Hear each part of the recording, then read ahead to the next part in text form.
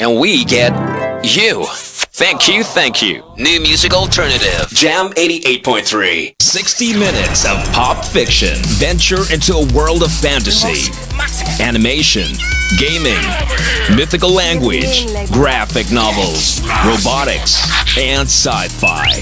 Tune in to 60 minutes of pop fiction with Marty Tengco. Wednesdays at midnight on your new music alternative. Jam 88.3. The only freeform alternative rock station in Manila. Welcome to Jam 88.3.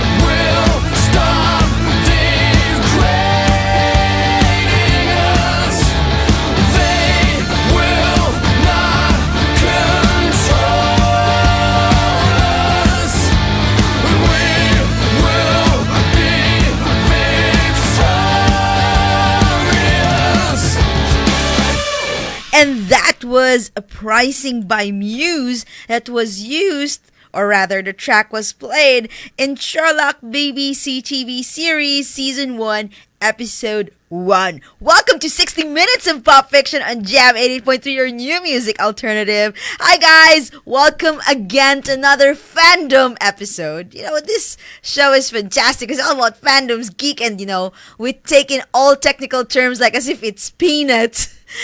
You learn from us. I'm sure you do, because I learned a lot from my co-hosts. I hope you learned too, and you started, I'm sure all of you guys are already geeking out on one fandom or another, and it's gonna be fantastic again tonight, because we're gonna talk about Sherlock Holmes. And I hope you know Sherlock Holmes, sorry. But if you don't worry, because tonight I have someone, and he seems to look familiar, definitely so, because he was here before, but for a different episode. And I want you to guess, what episode would that be? What's that? What episode were you in? Indiana Jones. See that, guys? So except he looks different now. He sounds different. We don't have Indy tonight, but what we have is Sherlock Holmes himself. No, I'm just kidding. Welcome back to the show, Vinni, Misa. Hello, good evening. Glad to be here. See? Awesome. I'm so excited. Alright, guys. We're back on Facebook Live. Rather, we're on Facebook. What do you mean we're back? Did we leave? No, we did not leave. But we're on Facebook Live. Just look for us, 60 Minutes of Pop Fiction. And of course, our text line and our WhatsApp number, +63 915 349 0883. See, I memorized it. Unlike Kooky. Remember yesterday? She didn't memorize our text line. You did once. You got it right once, Kooky. Just once. And it took you forever. A year to remember our text line. Oh, no. But I did. I remember it faster. No, I'm just kidding. It's a few numbers. Don't ask me other people's numbers. That's the only number I memorized. Again, our text line is 63915 349 0883, which is our which is our WhatsApp number. And of course, again, we're on Facebook Live. Just look for us, 60 Minutes of Pop Fiction. And of course, I remember posting this on my Facebook page, Marty Tengco, and on my Instagram, marty.tengco. I asked you guys, what makes Sherlock Holmes an effective detective? That rhymes, don't you think? No, that was accidental. I was like, I think it rhymed, but I really mean it. But do message us and let us know. But I will not ask my co-host yet that. I do have a few questions for him, for those who are not familiar with Sherlock Holmes. Okay, Vinny, my first question for you is, who introduced you to Arthur Conan Doyle's stories on Sherlock Holmes? Well, if I can remember, I do remember watching this TV series back then. No, not the TV series. This movie. Young Sherlock Holmes. Oh, that one. When I was 9 years old. And I thought it seemed familiar because it looked a lot like Harry Potter. No. But How it wasn't. is it even possible? It wasn't. I mean, the overall feel, okay. the boarding school setting. Right. The very English-looking protagonist. Okay. But because Harry Potter is English. But because, Harry Potter was the one that we were growing up with during that time. Right, sure, okay. That's why... Good point. It felt very Harry Potter, but then I found out it was a detective series. And funnily enough, years later, I found out that it was... I'm not sure if it was produced or directed by Chris Columbus. Oh! Same director of the first two Harry Potter films. Yes, that's the Actually, one. I'm going to Google it right now. But yes, that was basically my entry point, and I forgot about it. And then, I hate to admit it, but I got back into being interested again in Sherlock Holmes after the Robert Downey Jr. films came out. And then, actually, before it even exploded on Tumblr, I remember... watching the series 1 of Sherlock, the BBC version, following Benedict Cumberbatch. Weekly. Oh. And then, having it being stuck in after 3 weeks. Yes. But yeah, before it even exploded in all the Tumblr or Facebook pages, I remember following it every week. Oh, okay, that's cool. That's interesting. Yeah. So at least you're honest enough to tell us that it's not because you read the books. I actually started reading the books after. You have. I actually brought my copies of the books. I'll probably get into the break. Awesome. But yeah, I actually started reading the books. You know, in order to really get into the lore. Okay, I thought you were gonna say that you actually have the newspaper where it was printed first. The Strand magazine was the first. I wish. You wish, right? It was in 1884, I think, when the Strand published the first Sherlock Holmes story. 1887, I think. I'm not sure, 84. Yeah, I think around the time. We weren't born, everybody. Not yet. Not any one of us were born here yet. But it was at the time that the Strand magazine printed the first story of Arthur Conan Doyle's Sherlock Holmes. And it was serialized, meaning to say it was printed every week, I think. Yes. Every week. And people were really into these stories because he was fantastic. It was the best story at the time, and it was the in thing at the time. Detective stories, war, and all that. And not war. Sorry, the detective stories was a thing. So he just came in right in time. There was a Victorian fascination on mystery. Yes. Horror. Yes. You know. It was such murder. that was true. Yeah, it was the macabre. The interest on the macabre really peaked in the public during the Victorian era. That's true. And the thing is, because at the time, guys, remember, there was no Kindle, no books then. I mean, it's not as easy as to buy books then and now.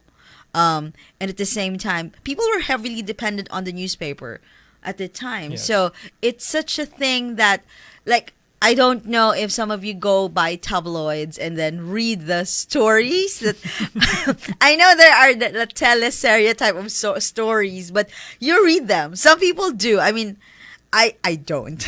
But I've seen a lot of people would buy the tabloid, read it, and like, oh, did you know? Alam mo ba yung chismis? And people actually buy the newspaper all the time, and it has progressed to the Kooky. What is that book? Those book that with those sappy love stories with pseudonyms. Like romance? The romance things. Yeah. Harlequin, right? Yeah. Okay, guys. Boone? Huh? Mills and Boone?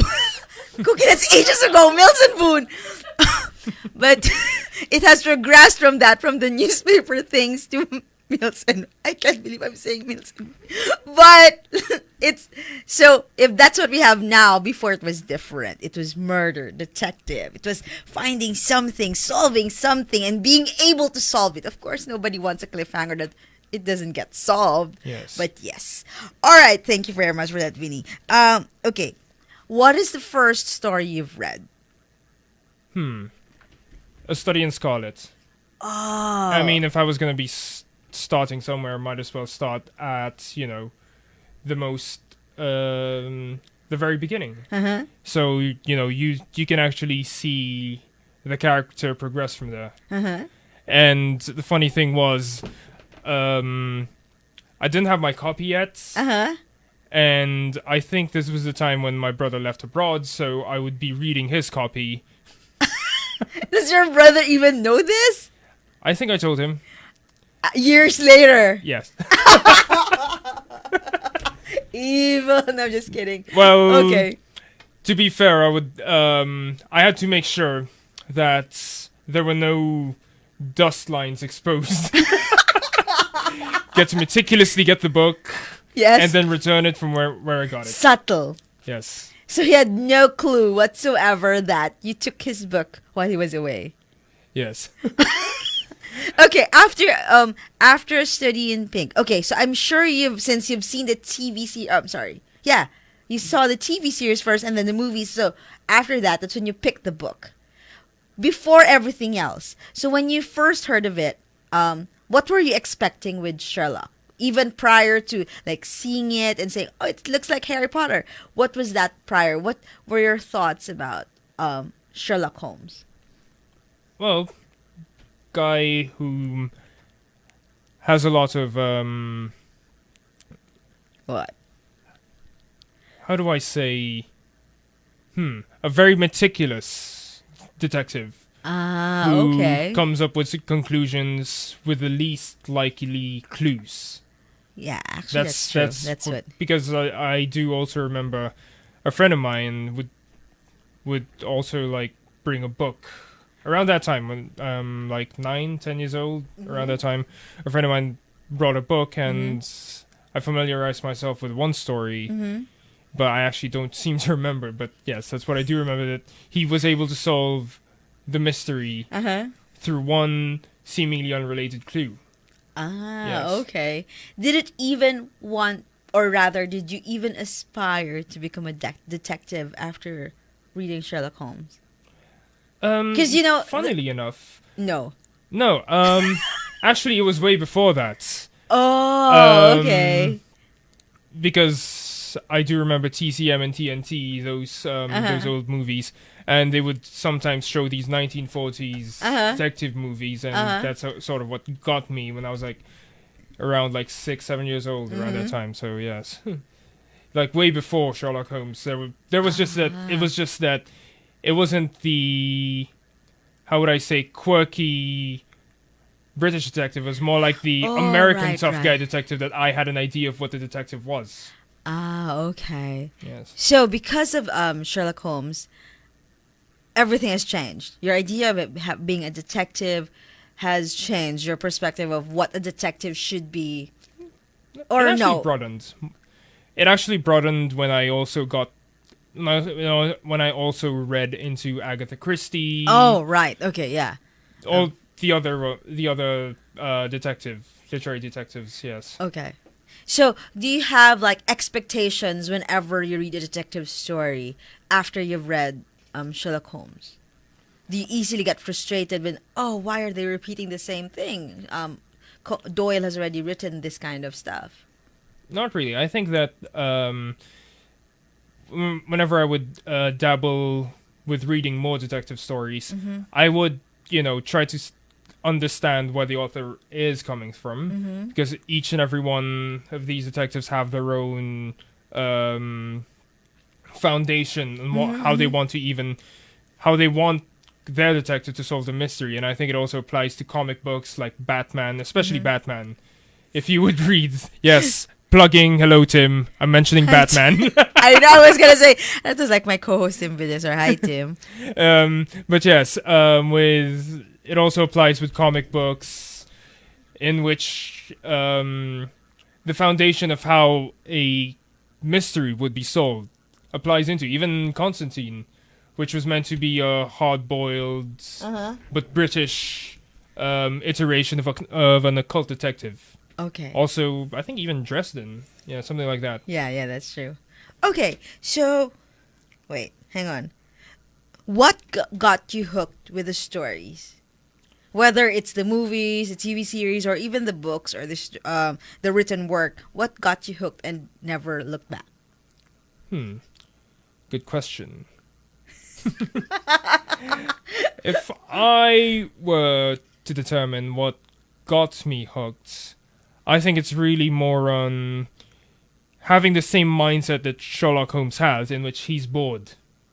So I would find myself every time I would like read a new story or watch a new episode, I at least want to be in that state in which Sherlock Holmes has this huge frustration on boredom, and it makes him do stupid things, makes him consume questionable stuff, which I would rather not mention on air. Well, there's one, right, which is for formaldehyde, right? Not just that. I think he did opium. Nah. Oh, okay. Well, not. But he did opium. I did. No, it was heroin. Oh, okay. He was getting from John Watson's supplies because of. He's a doctor. A war doctor. Was a war doctor. Yes. Yes. He does consume a lot of obnoxious things. Yeah. Okay. But yes, I think being in that mindset of being bored and wanting something to discover does give off the experience of enjoying the Sherlock Holmes stories a lot more. Okay. Yes. All right. Well, we'll definitely ask Vinny more questions later. I'll just have to greet off some people here from the Facebook comments. Okay, hi to Christian Umali. Thank you so much for tuning in. Deborah, hi. Hi, thank you so much for tuning in. Of course, Tim. And he says, tuned in and seeing that familiar sleuth look. Yep. Guys, you should, if you're on Facebook Live, you should see it's the iconic hat that was popularized. Technically, if you read the books, it's not really clearly stated, this particular hat and all that. But it's because of the drawings and at the same time, the TV series, and therefore it just got stuck there. That's the hat. Yes. Carlo Villaruz na Quinto, what's up, Boss Marty? I couldn't believe I'm called Boss Marty. But thank you so much for tuning in. Hello, and we're talking about Sherlock Holmes for those who just tuned in. So please, let us know your thoughts about Sherlock Holmes.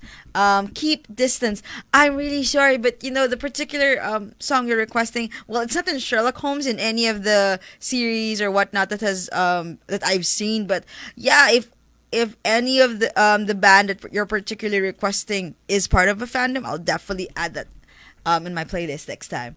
Carlos Niquinto says, shout out to my boy Ryle Zandler. Hello, thank you so much for tuning in. Oh, Kooky's mom is listening. Hi, Tita Carmen. Thank you so much for tuning in. Halaka, Kooky, your mom's listening. And IC Rivera. Oh, yes, definitely on Jam 88.3. Guys, listen to the radio on your car or on your phone. The dial is 88.3. Don't get confused. This is not a phone number or anything or a Wi-Fi password. It's not. It's the dial, radio dial. If you have your old school radio, it's the one in the, is it the left? I'm not sure. I haven't seen an old radio anymore in forever, but it's definitely at the very end, 88.3. If it's on your phone, just type 88.3. Yep. And Tim Villasor, thanks for the bat plug, Vinny and Kooky. Sure. Napoleon Gankayko. Good evening, morning, DJ Marty. Wasn't present sa bigkas kagabi, haha. Got too drunk for my own good.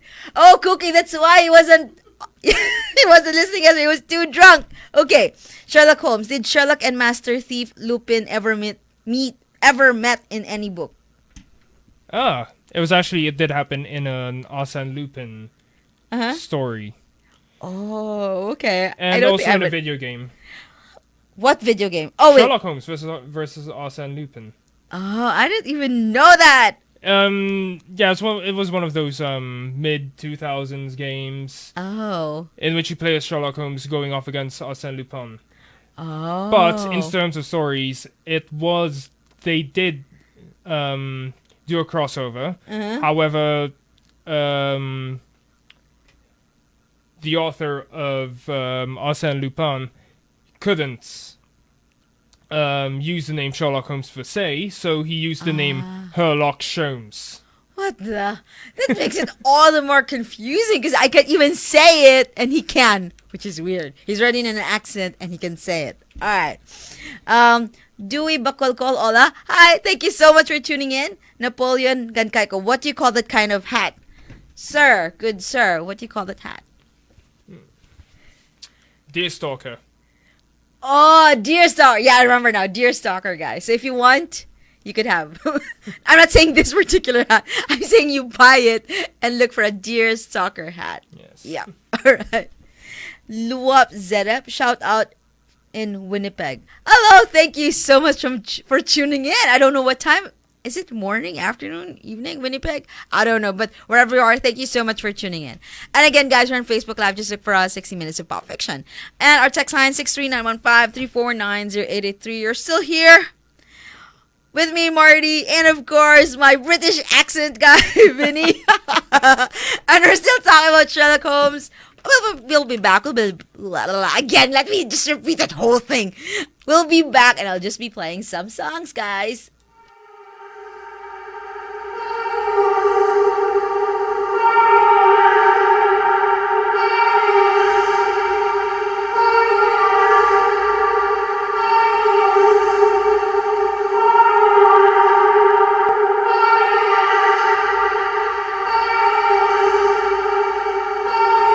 I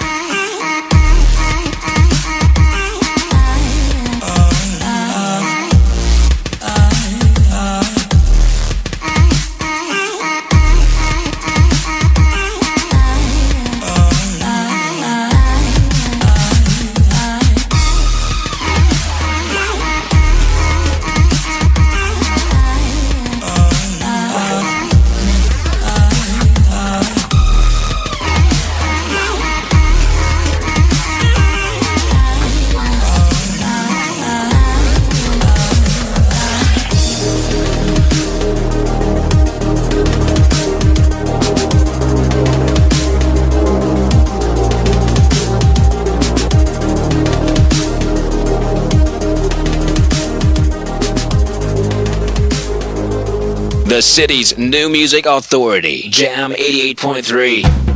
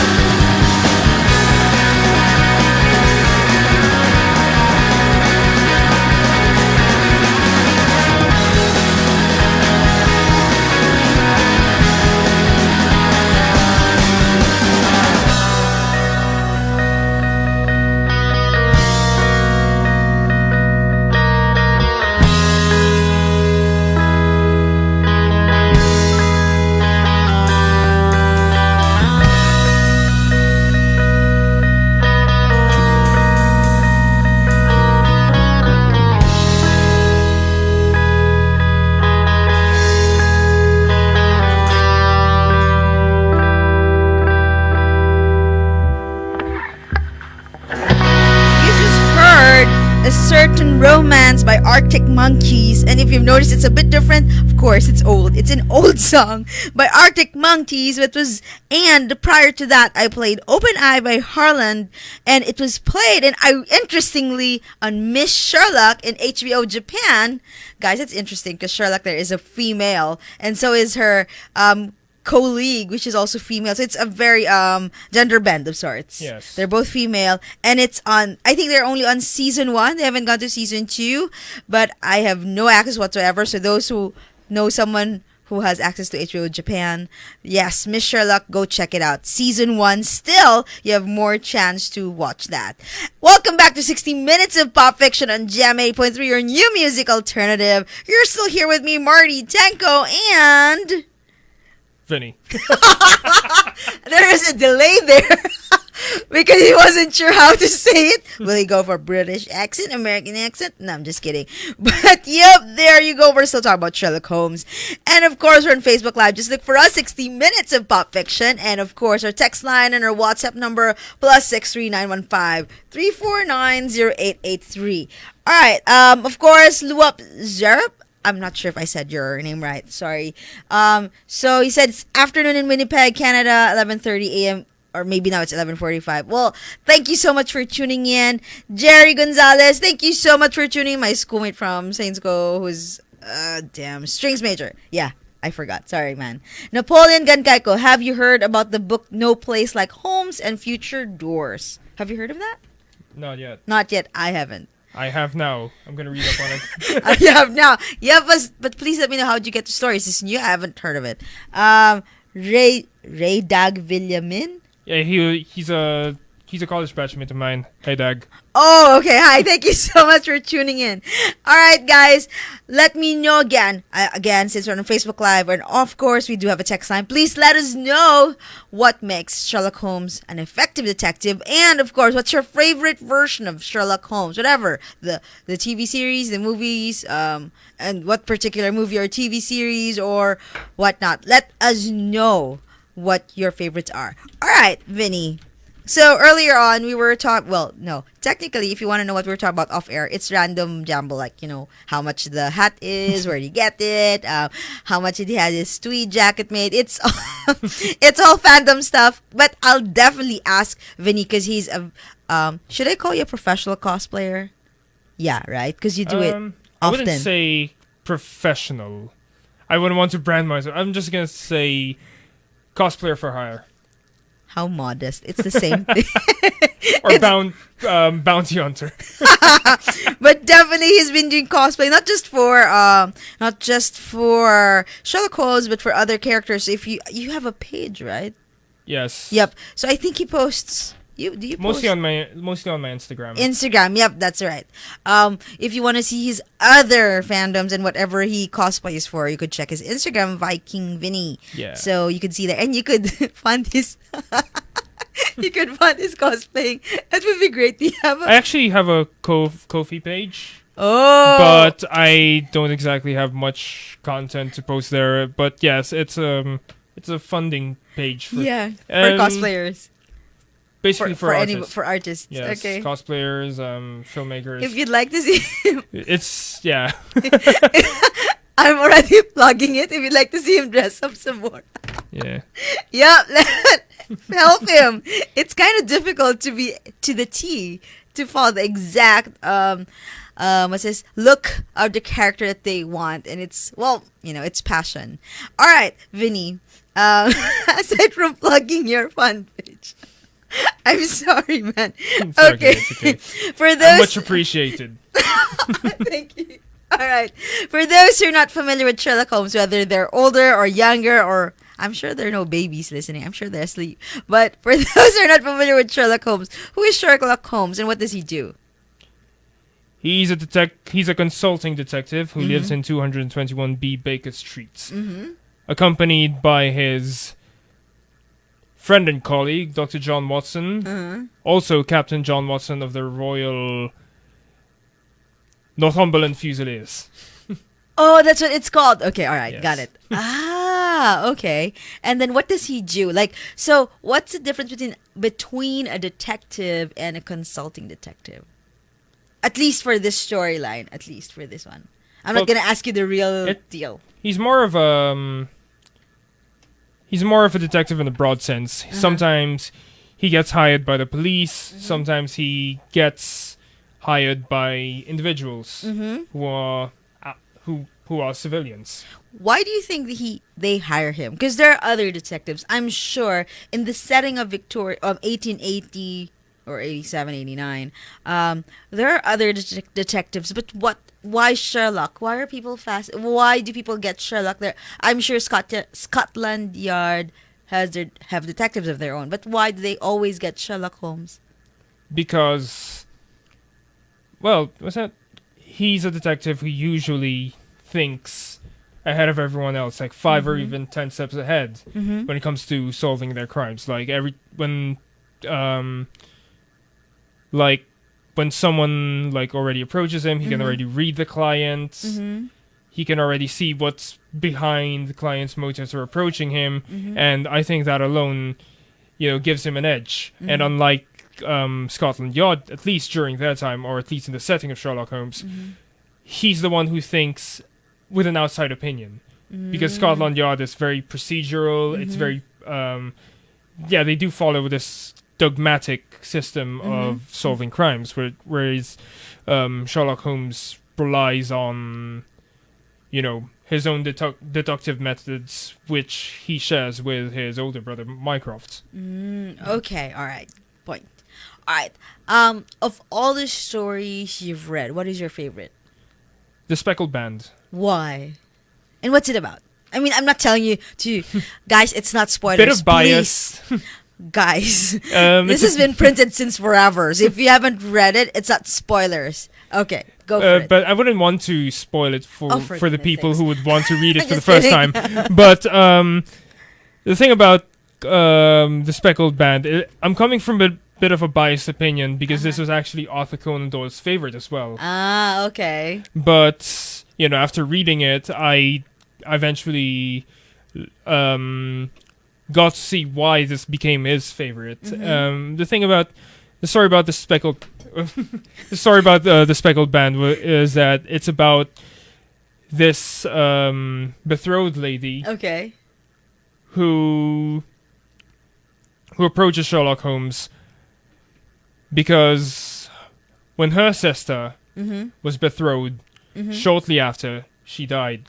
No, okay. I haven't And she read was the story. going through the same experiences that her sister was going through, Oh, no kidding. Okay. in which she had to stay in the very room where her sister died What the? Okay. because there Creepy. were some renovations with their house, Okay. and because her stepfather was a brute, All right. Okay. and then her stepfather was very peculiar, and like every night she would hear this playing sound.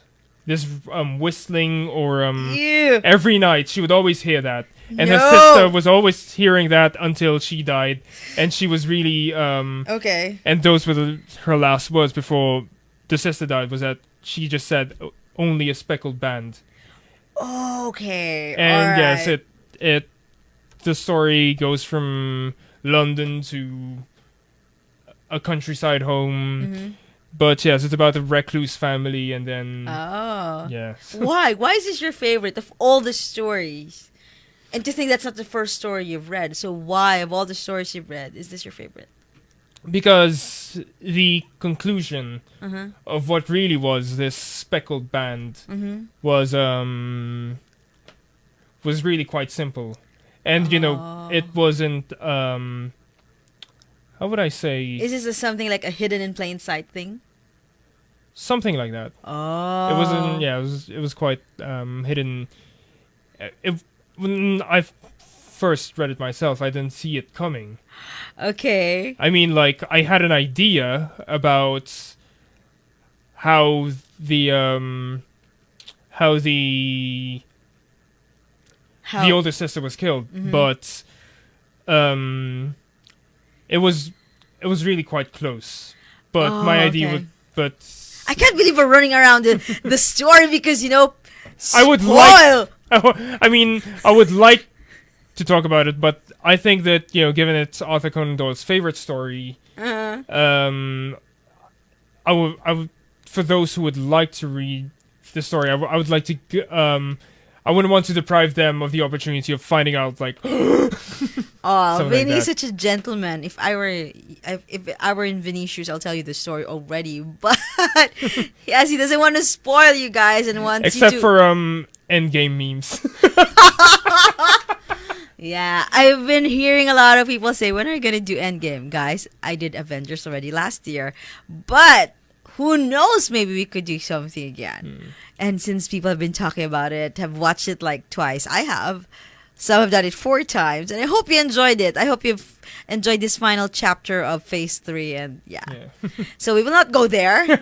And For another day. look at this face and remember that when we maybe might do an Avengers episode. Look at this face and remember why, you'll know. Alright. Okay.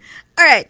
Of all the adaptations. So since you've read some of the books or the stories, and then you've seen the adaptations, whether it's a modern take or a very different kind of take, like, the Baker Street Regulars or something. Yes. Of all the TV series, movies, and whatnot, modern adaptations or a repeat or several or various actors or whatnot, what is your favorite and what is your not so favorite? Perhaps my top 3 would always be, well, Benedict Cumberbatch. Okay, the Sherlock BBC TV series. Because he has both done the modern take and a Victorian take. Yes, they did. And That's true. of course the Robert Downey Jr. version, because Definitely. he just has this charm that they brought Yes. into this. It was a breath of fresh air. Yeah, that's true. We should. It wasn't like as by the book, but it still carried the essence. Yeah. And they used modern filmmaking techniques to portray how he deduces and what Yeah. have you. And the Jeremy Brett TV series from 1984. Yeah, that's the one. Yes. I think he's the ultimate Sherlock dude. He played it until he passed away. Yeah. That's true. So if you want, you could check that out. What is your not so much? Like, this is a disappointment. Because there are various adaptations, and not all the adaptations include, like, maybe it has something to do with a nephew or a niece or, I don't know, something. I actually tried watching this recently, but I just couldn't finish the film because there were so many missed moments. It was the recent Will Ferrell, John C. Reilly adaptation. Yeah, I'm sorry. I saw that. I was like, it made my tummy ache. Oh, yeah. But yeah, so it was. I think I watched it until the 45th minutes. Yeah, I couldn't too. Yeah. Because it's Sherlock Holmes is a very English character. Yeah, and they're And Americans. very dry with humor, and there were so many missed opportunities to make the jokes to be like very dry wit, or at least it was it didn't feel like a Sherlock Holmes film. I know. Nor did it feel like a Will Ferrell film at his prime. Yeah, I know. There's some things that. Yeah, that's true. I haven't. Okay, please keep in mind, guys, that I haven't seen all adaptations. There's just so many. There are even plays. Yes, actually, speaking of plays, Arthur Conan Doyle himself wrote a play on Sherlock Holmes. Yes. But I If- didn't. It was the Speckled Band as well. Oh, really? It was his own adaptation. Oh, that's cool. But yeah, guys, we weren't alive then, so it would have been amazing to have seen it because he was there to like say if it works or not works. Fantastic. It was a 3-act straight play, yeah. 3-act. Wow. Yes. Awesome. Imagine, guys, if you were there in the time and you'll say that this author made a play out of his works. I mean, if you're a fan of detective stuff and then you see a play, yeah, fantastic. Yes. And the thing is, at the time, there were no cinemas, but there was the plays. And that is your go-to thing, aside from reading it off from the serialized newspapers. Oh, sorry, magazines. Yes. Okay, of all the characters, so you have Sherlock Holmes, which I'm sure you're fond of, but aside from Sherlock Holmes, which of the characters you're also fond of reading all the time? Or maybe it's just a one-time character, doesn't matter if you're fond of this character or not. I'd have to say it's Inspector Lestrade. Okay, all right, why? Because of all the detectives that he works with, such as Gregson, Yes. and all the of all the other Scotland Yard liaisons or police liaisons. Okay. Lestrade is the most competent. Yeah, that's right. And also, I also do like to read, even in adaptations, I also like the dynamic that Sherlock Holmes feels whenever he's around Mycroft. His brother. They have this odd relationship. Sometimes it's it's a very competitive Yes, that's rivalry, true. sibling rivalry, in Benedict Cumberbatch's case. Sometimes it's more of There's a certain fondness just there. the concerned brother, what have you. But the thing about Sherlock being around Mycroft is that being surrounded by everyone else, he feels smart. Yes, But that's- being around Mycroft, his self-esteem, his inhibitions just lowers. He Yes. makes a deduction, but Mycroft takes it like 15 steps ahead or something like that. But he's the head of the he's the head of the police force, right? No, he was a Secret Service agent in the Yeah. BBC adaptation, yeah. but in The the books. original, in the original story, the Greek interpreter. Was it the Greek interpreter? Yes. yeah, I remember that. He now. was just really a guy who stays in the Diogenes Club, and Yeah, that- just watches yes. people from a window. So you could see that the observing part, the Yes. being observant and being. That's the thing, though. Speaking of observant, do you think that the reason why Holmes is very effective, or the way Conan Doyle characterized Holmes, was because does it work that you have to be cold, calculating, and antisocial to be a good detective? I wouldn't say. I just if I were to simplify it, I wouldn't say codes. I wouldn't say just a simple detachment, so you can properly judge the situation, not have any emotional compromises in the situation to just really read the criminal you're at or something like that. Okay, and I think it's a bit difficult, especially if you're involved, Yes, right? which is interesting considering that his rivalry with Moriarty Ever. really became personal because they were both the best of their fields. Yeah. He was good at solving crimes. He was good at crossing crimes. Yeah. So That's having true. those two match up is like a game of chess, but in the form of solving crimes and getting away with crimes. Did you ever feel like you wish you had those lines in your head, that you're able to just throw those lines that Conan Doyle wrote and say, "That's my line. I wish I could say it to someone and claim it as mine." Sometimes. Yeah, because it sounds witty, it sounds smart, it sounds like, period. My statement is the end of every statement that everybody said in the world. It feels like it, right? Yes, but there are actually some times that, especially when I'm bored, that hang out with friends, that I tend to do what they want. I mean, what they want to do, or what they've just done, something like that. Yeah, it's something I do enjoy every once in a while.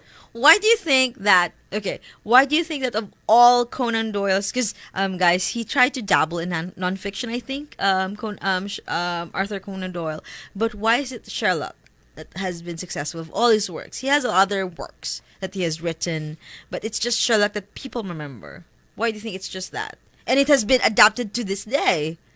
Yeah, so actually there is a I think Guinness. Guinness, yes. has a record that Sherlock Holmes is the most portrayed actor Yes. in all mediums, Yes. in which there are like 220 plus Yes. actors that have already played Sherlock Holmes.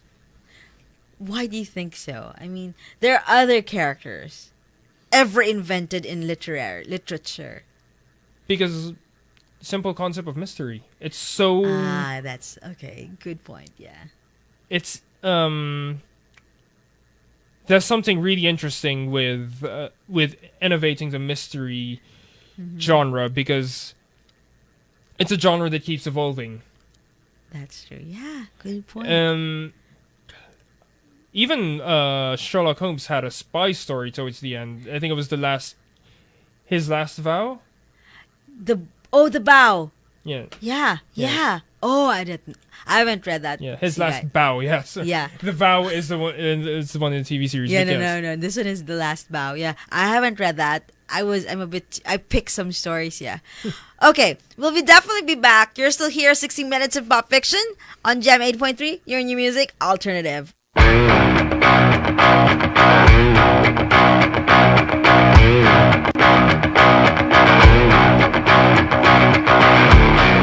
Got 6 troubles on my back. Like 6 little milk tea, all gone bad. Won't move over, won't get on, won't move over. Find my little brains, find my little brains, find my little brains.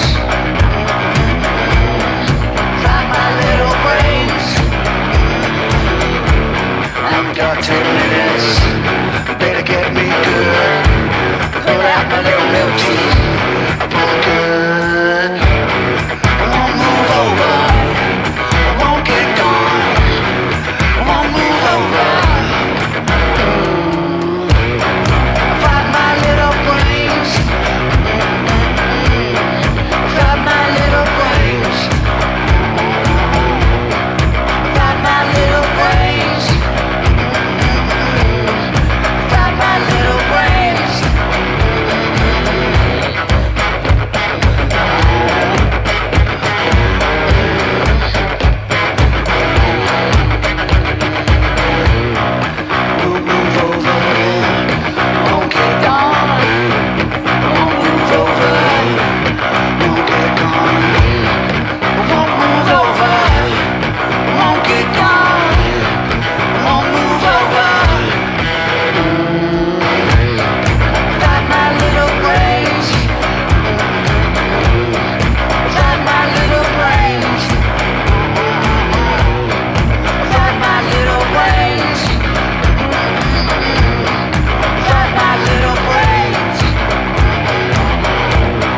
Fresh and handpicked, way better than your shuffle. New Music Authority, Jam 88.3. They told me not to smoke drugs, but I wouldn't listen. Never thought I'd get caught and wind up in prison. Chalk it up to youth, but young age I ain't dissing. I guess I just had to get it out of my system, out of my system. Out of my system. Oh Lord, I'd never do it now. I know what I ain't missing. Glad I went and got it all out of my system.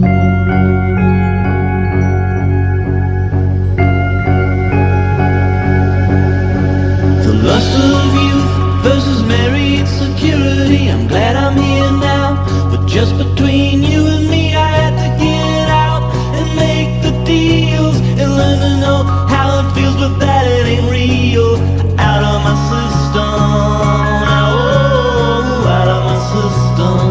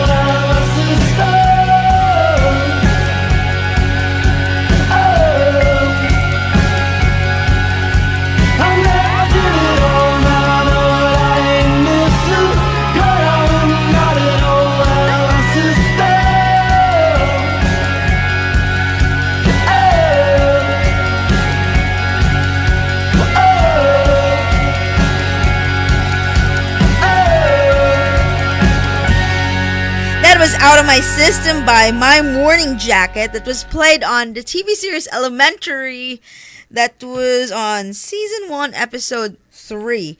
I just don't remember the name of that actor. Oh, I'm so sorry.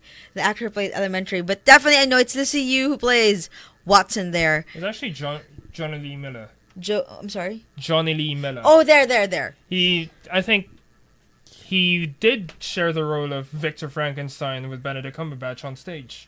Oh, in which I they didn't know would that. shift it with some nights with Benedict doing the monster, Yeah. while Johnny was doing Victor. Awesome. And then on some nights it was Benedict doing Victor and Johnny doing the monster. That's awesome. But yeah, he's the guy who plays Sherlock Holmes in Elementary with Lucy Liu as Joan Watson. And prior to that, I played Fried My Little Brains by The Kills, which was also played in Sherlock BBC TV series in Season 3, Episode 2. Welcome back to 60 Minutes of Pop Fiction on Jam 8.3, your new music alternative. You're still here with me, Marty, Tengco, and of course, my co-host for tonight, Vinny. and we're still talking about Sherlock Holmes. Of course, let me read through the comments here. Napoleon says, I remember my friend randomly choosing those books not knowing that it's about the second best detective from Sherlock, and his first case happened in the apartment room formerly owned by Sherlock. Oh, that's what it is. Okay. I think Sherlock is so effective because of his sharp perception.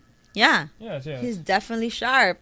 And if you've noticed in the modern adaptations, like with Elementary and with BBC TV series, and even Robert Downey, there's something about showing it. Like there's sort of a slow-mo type. Something that shows how they process their thinking. Yes.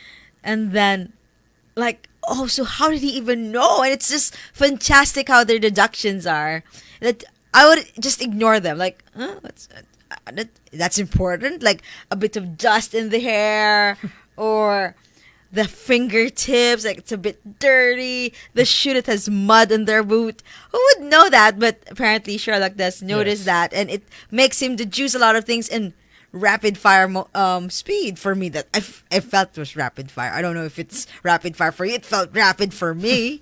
It was fantastic. Yeah. Okay. Hey, Napoleon, he said, DJ Marty's a massive spoiler girl. You make it sound like I'm evil. I'm not. I'm giving you, guys, I'm actually giving you, everything already so you know what to expect.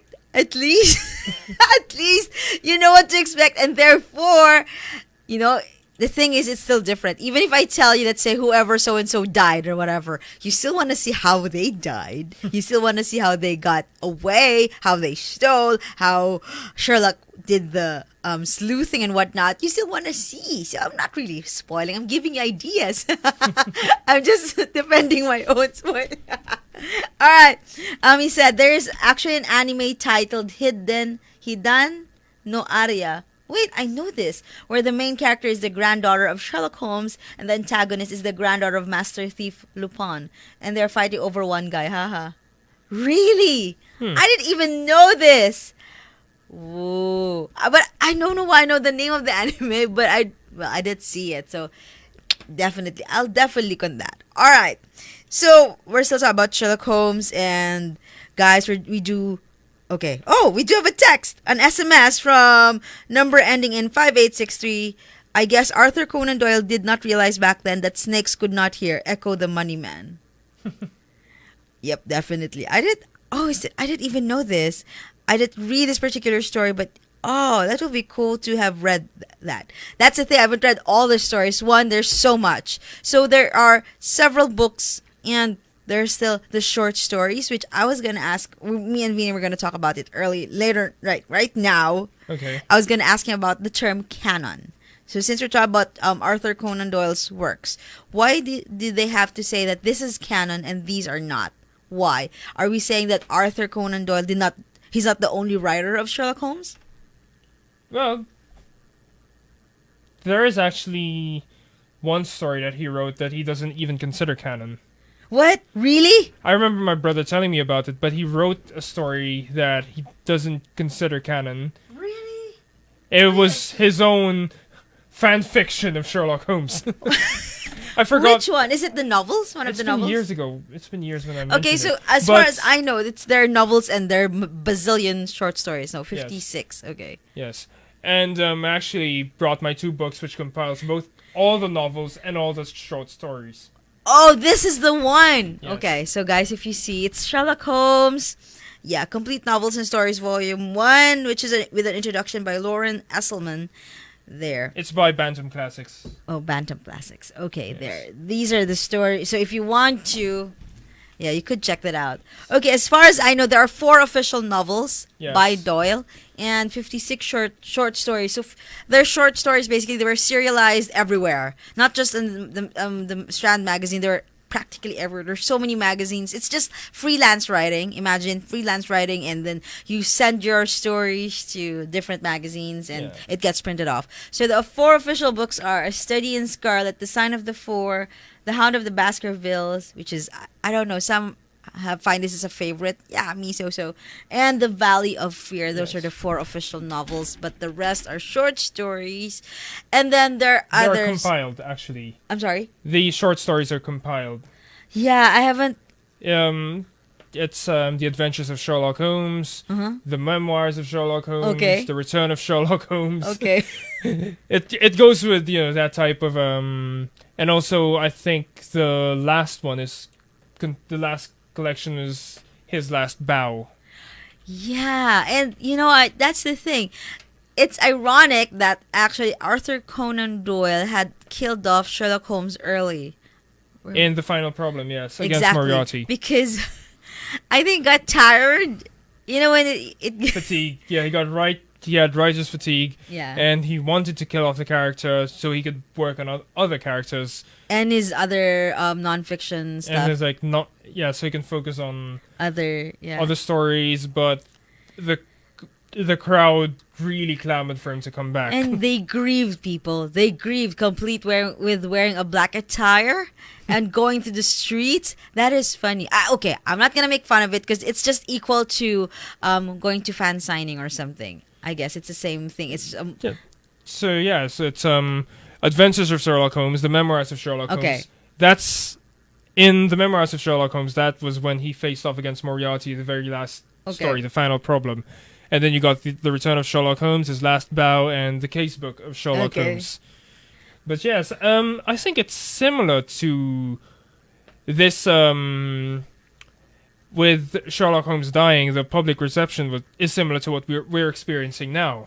yeah. Especially with I'm not gonna say who bites the dust, but it was how Infinity War happened, and everyone was so devastated over it.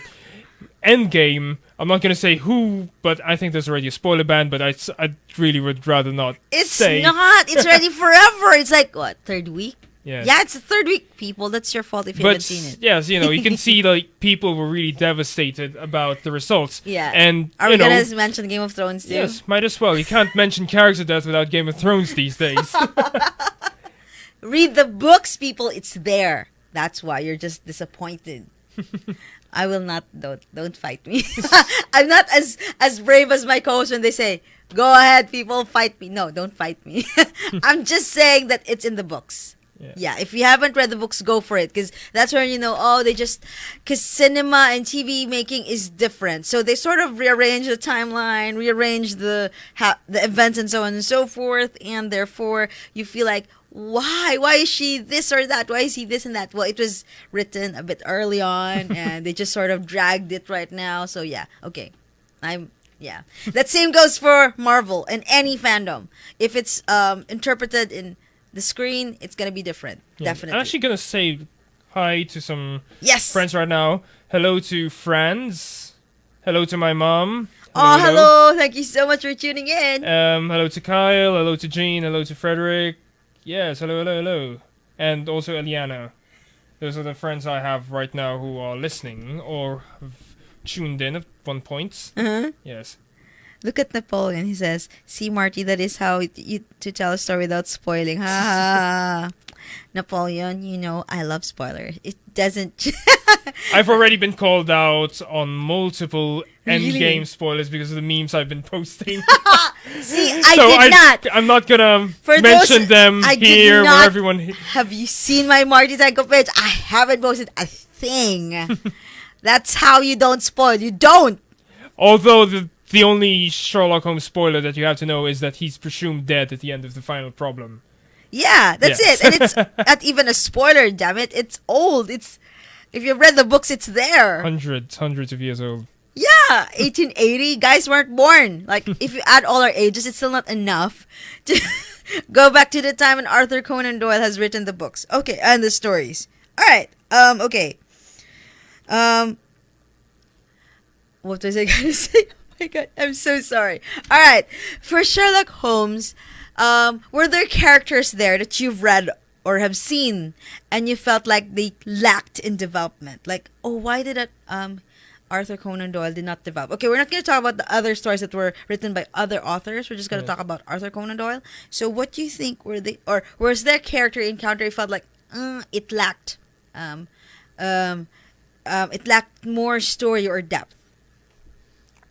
I wouldn't think of anyone in recent memory, but I think it's mostly there's like these criminals that tend to lack like a real valid motivation for them to. I think it's also because of Victorian storytelling that it's not yet as in depth as now that we can present villains and really empathize for them. But yes, I think it's mostly on the villains that they're just doing this so they can get inheritance. So they're just doing this so times are hard, something like that. And it's something that we've seen over and over again. But it was new back then during the Victorian era. Oh, okay. That Yes. makes sense. All right. Okay, so if we've seen that, I'm sure you've seen the adaptations. If you've noticed, of course, they can't veer away from the story. So you still Study of Pink, whatever. So you have the adaptations with the era, the Victorian era, and then there's some which modernize them Yes. to something that you could understand with phones and all that. Do you think that people can relate to the story itself, like the whole thing that Arthur Conan Doyle wrote, or that? Do you think the masses will not understand, or the people who are reading it will not understand it anymore? That's the reason why it's good that modern take is happening now. Or do you think it would be great to just see it as it was, the Victorian era? Or will people can still relate to that, to the problem, to the dilemma, to the issue that Holmes and his friend Watson had to encounter with solving the problems? I think it's like I said earlier, the mystery genre is an ever-evolving genre, and even as a modern reader, as a contemporary reader, reading back on certain stories, they still feel somehow familiar due to, I think, is this common trait that I'd guess, which is more prevalent in our era now, and back then, it's the concept of mistrust. Right. Okay. So, Good point. even with the stuff that we're watching, there's that sense of, when someone talks to you about their problems, you really wouldn't want to trust them immediately. Even when someone talks to you on their problems on a day-to-day basis, and, they're like, you want to hear out the two sides of a coin. It's something like that. And I think that no matter which era it's in, because of the concept of mistrust and all these fiendish activities that we are still experiencing today, all this crime that we are still experiencing today, I think it's still relatable. Yes. Okay. Do you think that he exists? A person. I'm not saying Sherlock Holmes exists. Duh, he doesn't. But do you think there's someone out there, some people who are like Holmes? It's a developed skill. Deduction. It's a developed skill. So Right. if there's someone who's willing to really develop, this knack of just reading everyone they come across, yes, it could probably be. Yeah. And this is a funny question. Do you think people watching is a hobby? Yes. Especially when I'm out of battery, when I'm riding whatever transport I'm hopped in. It's something that I do. I mean, it's not as if I really gaze into someone up close, but just so I can give myself a sense of assurance that this person I'm seated right beside in the UV or at the bus or even at the train, something like that. You think that all of us could be a Sherlock Holmes? Well, if you're bored enough. Yes, It all it's the roots thing. down on boredom, I think. Yes. Yeah, boredom. And if you've for those who have read it, you'll notice and seen the merchandise on screen, whether TV or movies or otherwise, you would notice that he doesn't say yes to every case. Yes. Because he only wants the case in which he gets challenged. Yeah. He chooses, and guys, he turns cases down, right? Especially when they are rich, middle-aged personnels who are obviously just suspecting that their spouse is cheating on them. He knows it immediately. Yeah. By reading the body language, by reading how they say the case. Yeah. He already knows, or he knows that someone is actually the criminal in this situation. Yeah. That he's actually being hired by someone who's covering up his own tracks. Something like that. So, guys, it's high time now to learn how to people watch. No, I'm just kidding, but I think it's a good skill to be able to observe things, to be able to.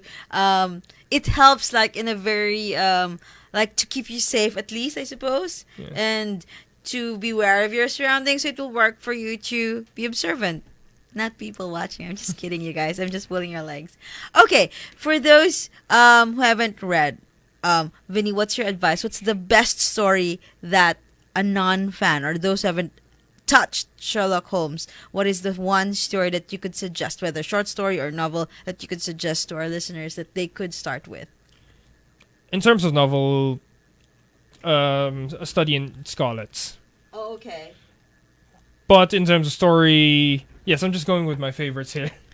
In terms of story, The Speckled Band. However, if you want a Sherlock Holmes novel in which it's not an origin story, well, it's actually really more on Watson's origin story rather than Holmes. The Hound of the Baskervilles. Yeah. It is a favorite because for a huge chunk of the novel, it was actually Watson going about on the case on paper. Yeah. That's But, true. and then Sherlock Holmes just comes back in like the third act around that to wrap up the case. But yes, for a huge chunk of the story, it was actually Watson doing the investigation. So the speculations are not coming from someone who's spectating the way Yes. John Watson sees it. It's John Watson Is part of the problem. doing the investigation himself until Sherlock Holmes wraps it up. Okay. What do you think about, speaking of Watson, what do you think about their camaraderie? Because sometimes it's not fair, but sometimes it works. What do you think about the camaraderie between Holmes and Watson? I think it's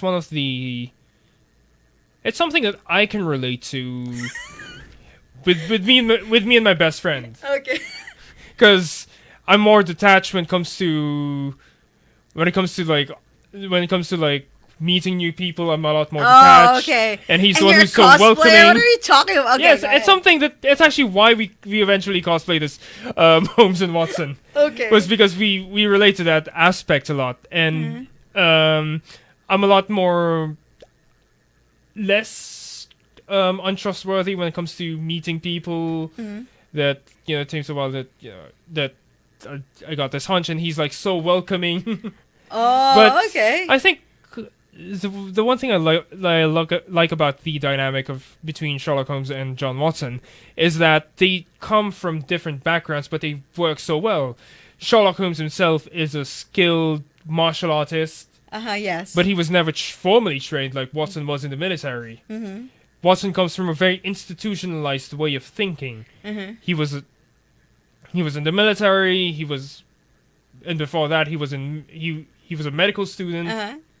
well, he was a doctor, and he has a very systematic way of thinking, while Sherlock is always adapting to every new opportunity that Right. I mean, every new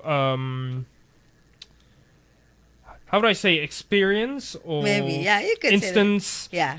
and he's just always adapting. And I think they just really complement each other. Right. And I think that despite the homoerotic interpretation between Yeah. Sherlock Holmes and John Watson, That's true.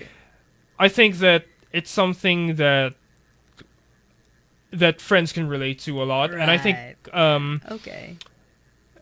friends who've gone through thick and thin, and I think that's why I also sometimes like the episodes of Elementary, because it showed that it is actually a platonic friendship, Yeah, it is. even though our contemporary views Yes. can somehow dismiss it as homoerotic. That it's impossible. I think people are more thinking that this particular the elementary version is impossible because they're male and female. Yes, But I think it worked. it works. Yeah, it worked because I guess Sherlock's mindset is not like girl. No, it's not. It's just I've got a soul, Yeah, it's not like and he's trying to adapt. yes, it's not like, how would I say, James Bond or even Yeah, no, Raymond Chandler's Philip Marlowe. No, yeah, no. That the end, or even Dashiell Hammett's Sam Spade, in which they Yeah. end up Yeah. flirting with Yeah. whoever's involved in the No, case. no, It's not like that, because Sherlock Holmes himself is very detached, Yeah. Okay. and as he said in the TV series, he's married to his work. Yeah, that's true. Yeah. Okay, tell me more about cosplaying it. What made you decide you wanted to cosplay Sherlock Holmes? Curly hair that I share with Benedict Cumberbatch. Okay, God. But also, it was an easy look to pull off. Blue Okay. scarf. Yeah. Well, I had a smaller coat back then, Mm-hmm. but yes, this coat. Okay. But it's a really classy look Yes. to pull off, and it's something that it's a look that I even carry around whenever I travel. Yeah. The blue scarf and the coat. Who told you to cosplay Sherlock? Did you just think about it, or I did just someone did. say, "You know what? You look like Sherlock Holmes"? No, it's something that I just decided because Uh huh. I've always loved dressing up as the characters I loved ever since Mm-hmm. ever since I was growing up, and I guess it was a look that really got stuck in my head. Okay. That I really have to do this look. Okay. Yeah. How did you what does it take to be a Sherlock? Like what does it need to at least for you, what do you need extra to do to look like Sherlock? If you're doing the Benedict Cumberbatch version, lots and lots of contouring of the cheekbones. Unless you do have some natural cheekbones. Oh, cuz it's really yeah. It's really pronounced. Okay. So yeah. So what look are you Just an amalgamation, I guess, amalgamation, yes. okay. So it's- Because I wouldn't yes, you got the Victorian type, yeah. the waistcoat, Yeah. the slacks and the shirt, but yeah. With the Benedict Cumberbatch version, it's a suit inside, but right Yeah. now it's summer, so I'd really No, rather no. not. It's too hot to wear a suit. Then, Yeah, and yes, the deer deerstalker stalker hat. Yeah, And then the pipe. the pipe forever. the Except pipe. if you're doing a more modern version. You don't need a pipe. Yeah. See, that's awesome. Okay, did you is there a cosplay group for Sherlock Holmes, or just no, not really. There's none. Or is it not No. as much? Not. I mean, there was a fan group back then, but they're not as active as they are now. Oh, damn. Guys, come on. Sherlock is fun. I mean, Well, because they mostly talk about the BBC TV series. oh, okay, and that's So- it. That's just it. Yeah, it never really, especially, I think the hype sort of died down. But Oh, because there's no new season whatsoever for that. as of now, yes. Yeah, that's true. Okay, so so for those who would like to, By the way, hello BJ. Oh, hi! Thank you so much for tuning in, guys. Again, for those who just tuned in, we were actually this whole time we've been talking about Sherlock Holmes. It's 1:23 in the clock, and we've just been talking about everything Sherlock Holmes, from like who, what, where, when, like the books, the movies, and whatnot. At least for on Vinny's side, his favorites basically. We just talked about all his favorites, which is unfair, very biased, but very fandom. I'm sure you had fun. I had fun. Well, thank you so much, Vinny. Thank you so much. I hope you had fun. Very much. You had to pause because Sherlock really doesn't. He pauses. He does a lot of thinking and a lot of observing, which I hope we are able to copy soon. Well, I hope. I mean, I'm not that observant. I don't see small details, but if you already have those things, like you're able to spot something small, tiny, the differences, guys, that's already a sign. You could be a detective. I mean, I don't know. You could probably, don't work for organizations you're not going to be happy with. Maybe do what Sherlock did. This is just consultation. He employs himself. Yes. Yeah, he does help, but it's more help, right? Yeah. For the Scotland Yard. Well, he does get, if he knows the client is rich, he gets paid. Yeah, I think he's paid for everything, right? Yes. Accommodations and whatnot. Yes, but there are some cases wherein he knows that for Sherlock Holmes, the work itself is his reward. Because it means he's not bored and he doesn't have to consume any more dubious substances. Yeah, because they say those who are smart and gifted, their brain is too busy, and therefore they have to do something to quiet the brain. Yes. Which I don't advise, guys. If not, read everything. Every book you have, everything. Join a lot of clubs. Do cosplay, whatnot. It's going to keep your brain whatsoever. What's this? Good night, haha. Just the right things to listen to before I go to sleep, haha. Thank you, Napoleon, for staying up late. I hope you had fun. I had fun talking about Sherlock. It's one of my favorites. Or at least I started off with the movies myself, and then I proceeded to the books, or rather the stories. Yeah, it's Robert Downey too, because I couldn't watch the others. Yeah, I'm a bit weird like that. I haven't seen a play, which would be fantastic to see a play, because that's where it all started, was all birthed from plays. But yeah, if you guys get to watch a play, go for it. And yeah, go and see everything about Sherlock and be engrossed into the fandom. And who knows, you could be the next Sherlock. No, I'm not asking you guys to audition for Sherlock. I'm just saying that you could be. And before you know it, it's a skill. It's a fantastic skill to be observant and to be deductive. It's good for real life. All right. Again, guys, thank you so much for tuning in. For those who listened, stayed up late with us, thank you so much. I hope that you already have some idea what stories to read for those who haven't read or anything about Sherlock. For those who have seen some, you could just click Google. There's so many versions. Both the Benedict Cumberbatch and the Robert Downey Jr. versions are on Netflix. Yeah, that's true. I've seen the Robert Downey Jr., I think, on Netflix. Yep, check that out. There are other older versions that you could see on YouTube that some have uploaded. The 1930s. Yes.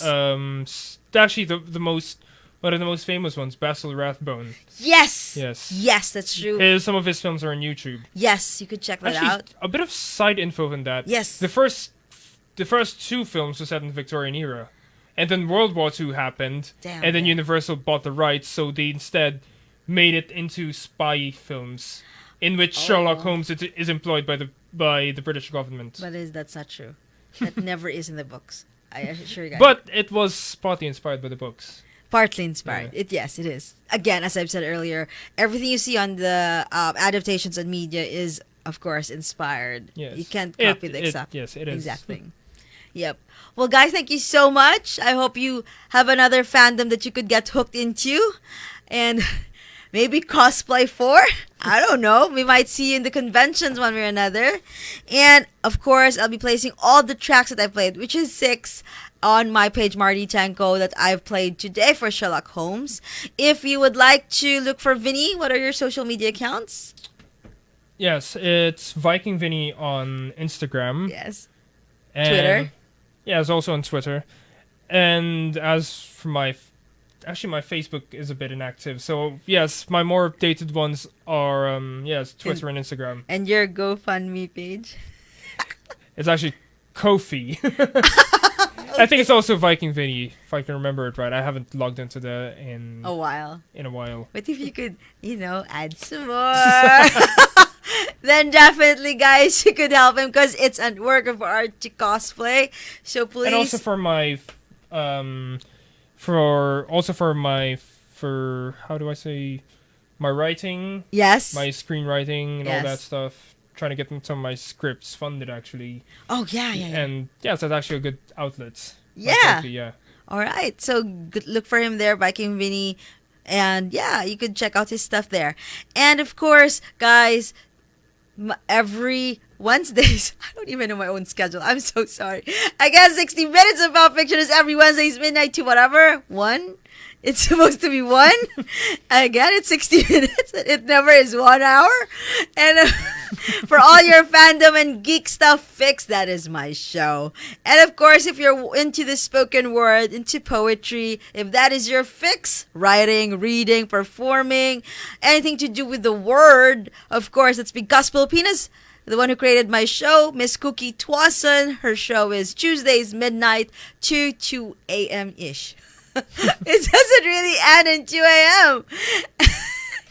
And of course, our episode next week would be all the animes that was created by Studio Ghibli. So let me know next week what's your favorite anime film by Studio Ghibli. Let me know next week. And of course, I'll be leaving you with Followed by Tunng, which was also featured in Elementary TV series Season 2, Episode 1. Again, guys, if you'd like to know everything Sherlock, message Vinny on Instagram or Twitter. Yeah.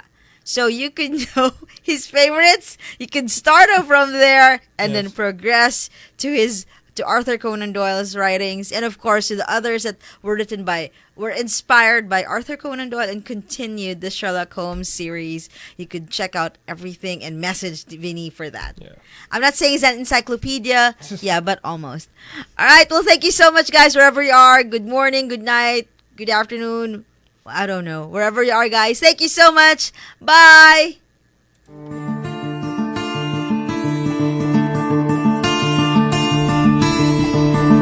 Through smoke and sleight of hand, he does what he can. He gets on by on his own.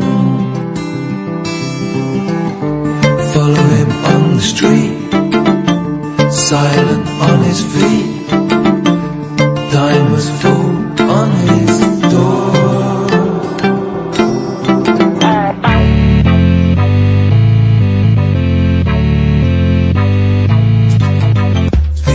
Underground man, hiding where he can, raises his feet to the fire, forgets as he sleeps under the midday sun, he lets it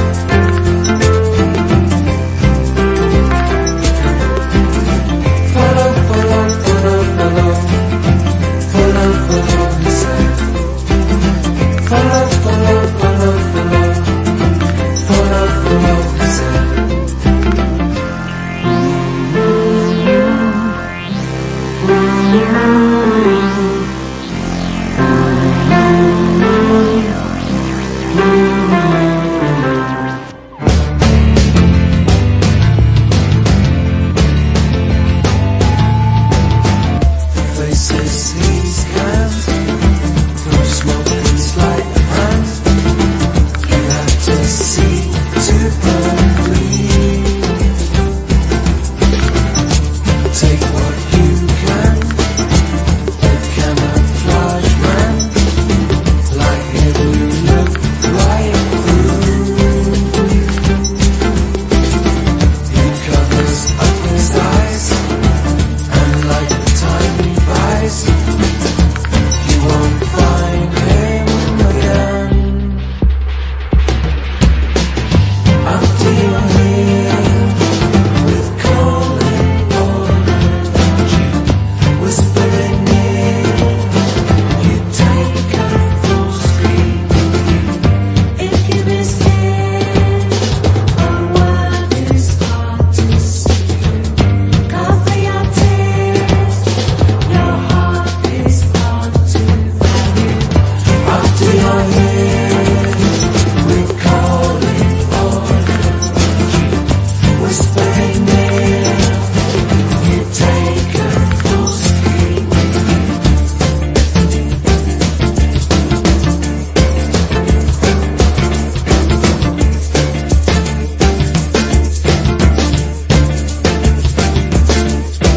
60 minutes of pop fiction. Venture into a world of fantasy, animation, gaming, mythical language, graphic novels, robotics, and sci-fi.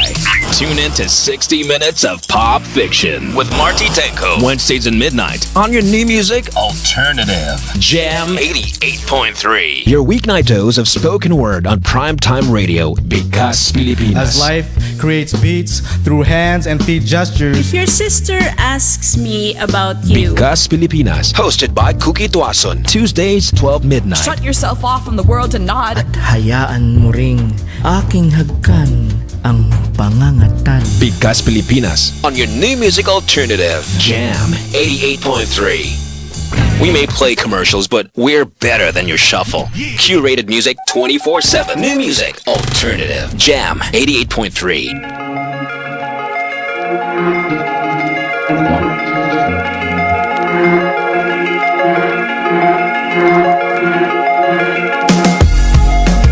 You were the first in flight, now a modern relic.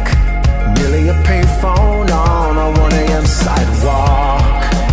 We're all cast aside, and we're antiquated. Right as we start to finally figure out what we are. Look at you, so bright. State of the art, you knew you're young, your blissful ignorance is everything they like. But the years have teeth, and sometimes they bite. Look at you, you're falling apart. Built to spare, your state of the art. Now look at you, well look at you now.